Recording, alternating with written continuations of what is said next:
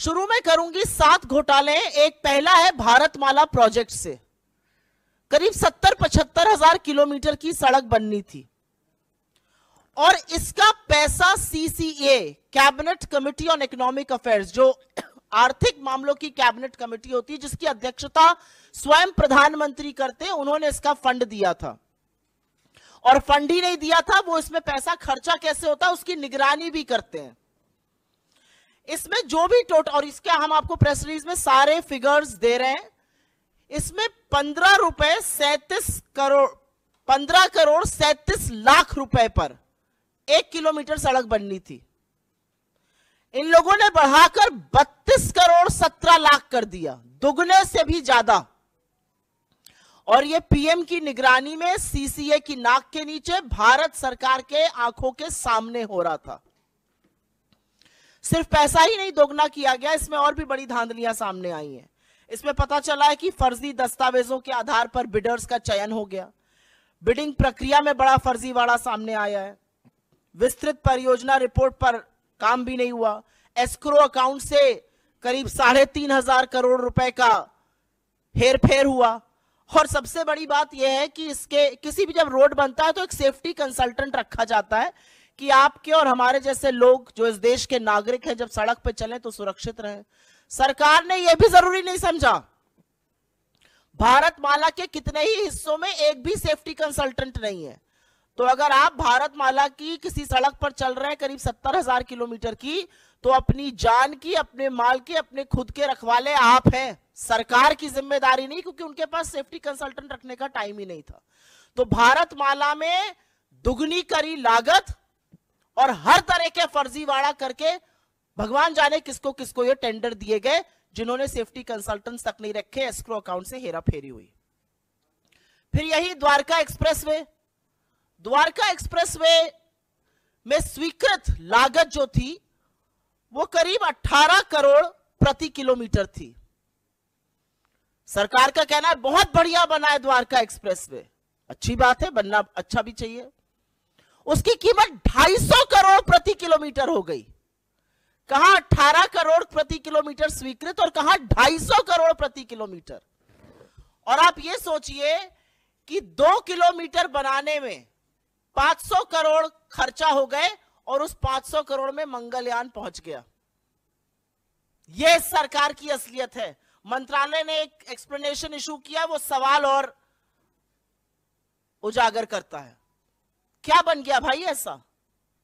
कौन सा ऐसा विश्व का 8वां 9वां अजूबा बना जिसकी कीमत 18 करोड़ से बढ़कर 250 करोड़ प्रति किलोमीटर हो गई? अब ऐसा हाईवे बना हुआ जिसमें आप चेहरा देख सकते होंगे, अन्यथा तो इतना कीमत बढ़ना बड़ा मुश्किल का काम है। महंगाई की वजह से इतनी कीमत बढ़ नहीं सकती है क्योंकि एस्केलेशन कॉस्ट उसमें होती है। तो ये कमीशन खोरी है, किसने पैसा खाया इसमें? तीसरी, टोल में लूट। आप सब लोग तो खूब टोल देते होंगे आते जाते वक्त। अगर दिल्ली से मुंबई आज जाना हो तो 6,000 रुपए का तो आप टोल ही दे दीजिएगा सड़कों पर, और मजाक नहीं कर रही हूं, जाकर देखिएगा 6,000 रुपए का टोल दिल्ली से मुंबई अगर आपको दूरी नापनी है सड़क से। एनएचएआई का रूल है कि अगर टोल के पास या टोल वाली जो सड़क है उस पर कंस्ट्रक्शन होता है तो टोल की कॉस्ट 75% कम होगी। ऐसा नहीं किया गया। मात्र 5 टोल बूथों का, मात्र 5 टोल प्लाजा का सीएजी ने एक रैंडम ऑडिट किया और उसमें पता चला कि करीब करीब 132 करोड़ रुपए अवैध वसूल लिए गए लोगों से। ये मात्र 5 टोल प्लाजाओं की बात कर रही हूं। अगर पूरे देश के टोल प्लाजाओं का ऑडिट हो जाए तो सोचिएगा कितना लाखों करोड़ों का गबन हुआ है। और सड़क पे कौन चल रहा है?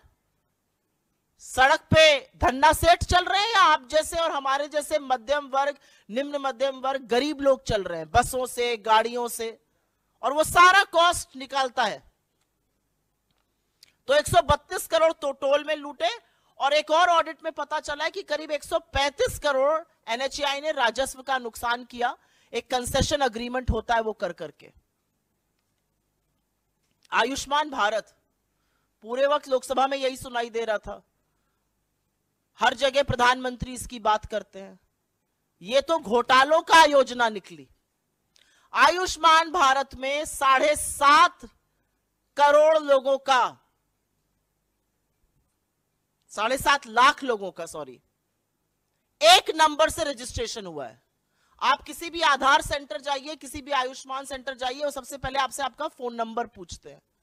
एक नंबर से 7.5 लाख लोगों का रजिस्ट्रेशन। और यही नहीं, आयुष्मान भारत के तहत 88,760, मोटा मोटा 88,000 मान लीजिए, उन रोगियों का भुगतान हुआ है जिनकी मृत्यु हो चुकी थी। मृत लोगों का इलाज दिखाकर क्लेम क्या भुगतान हुआ है। अब ये किसके पास गया है ये नहीं पता, लेकिन लाभार्थी के खाते में तो ये बिल्कुल नहीं गया है।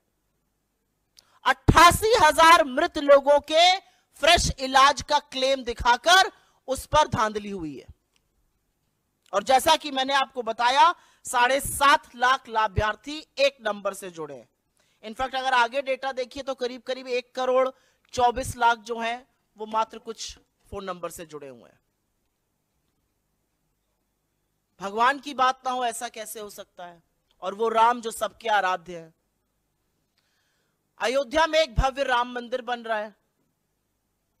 जमीन में जितनी दलाली भारतीय जनता पार्टी के नेता, एसडीएम, कानूनगो सब मिलकर कर सकते थे, बड़े बड़े नेता, ट्रस्ट के लोग, वो तो खूब हुई, वो आप लोगों ने देखा। और सरकार की बेशर्मी कह लीजिए या थेथराई कह लीजिए, एक शब्द उस पर बोला नहीं गया। अब पता चल रहा है कि अयोध्या डेवलपमेंट प्रोजेक्ट में भी खूब धांधली हो रही है। और धांधली ऐसी वैसी नहीं हो रही है, पैसा जो जनता का है वो जा रहा है ठेकेदारों के गल्ले में, अनुचित लाभ पहुंचाया जा रहा है। ऐसे ऐसे ठेकेदारों को जीएसटी का भुगतान हो रहा है जिनका रजिस्ट्रेशन कैंसिल हो चुका है। सिंचाई विभाग ने तो ऐसे लोगों को ठेका दे दिया जो अयोग्य थे। जो कार्यान्वयन एजेंसी है उत्तर प्रदेश राजकीय निर्माण निगम, उन्होंने परफॉर्मेंस गारंटी का एक पैसा होता है जो ठेकेदारों से जमा कराना होता है, वो तक जमा नहीं कराया। तो ये तो भगवान के नाम पर लूट मची हुई। पहले जमीन की धांधली में सस्ते में जमीन लेकर महंगे महंगे दामों में ट्रस्ट को बेचकर खूब पैसा कमाया इन तथाकथित राम भक्तों ने। हमारे आराध्य को, हमारे ईश्वर को भी नहीं छोड़ा।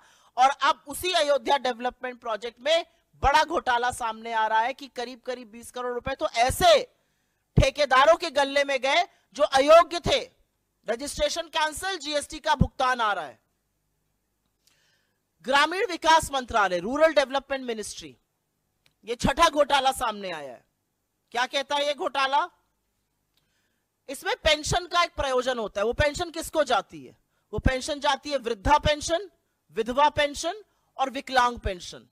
हर गांव में अगर आप आज की तारीख में चले जाइए तो आपको 10 लोग ऐसे मिल जाएंगे, वृद्धा, विकलांग, वृद्ध मिलाकर, जो कहेंगे हमारी पेंशन नहीं आ रही है। किसी भी जगह चले जाइए वो कहेंगे हमारी पेंशन नहीं आ रही है। फिर हम उनको दिलासा देते हैं कि हम कुछ करते हैं, फिर हम डीएम को चिट्ठी लिखते हैं, फिर डीएम कहता है कि नहीं ऐसा आवंटित फंड कम हो गया है, क्या किया जाए। ऐसा तमाम जगह होता है, एटलीस्ट जहां जहां मैं जाती हूं वहां जरूर होता है।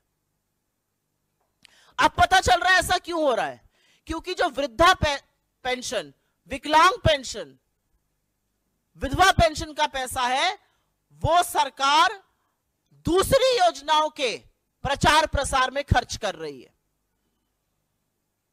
सीएजी की रिपोर्ट से यह सामने आया है कि सरकार ने इस पैसे से होर्डिंग लगवाए ग्राम समृद्धि स्वच्छ भारत पखवाड़ा के 19 राज्यों के हर जिले में। जो पैसा एक विधवा के खाते में जाना चाहिए था, जो एक विकलांग के खाते में जाना चाहिए था, जो एक वृद्ध के खाते में जाना चाहिए था, उससे 19 राज्यों के हर जिले में होर्डिंग लगाए गए स्वच्छ भारत पखवाड़ा के। और अंत में एचएएल को भी घसीटा है सीएजी ने। विमान इंजन की डिजाइन प्रोडक्शन की खामियों का गंभीर आरोप लगा है, जिससे करीब राजस्व को 154 करोड़ रुपए का नुकसान हुआ है।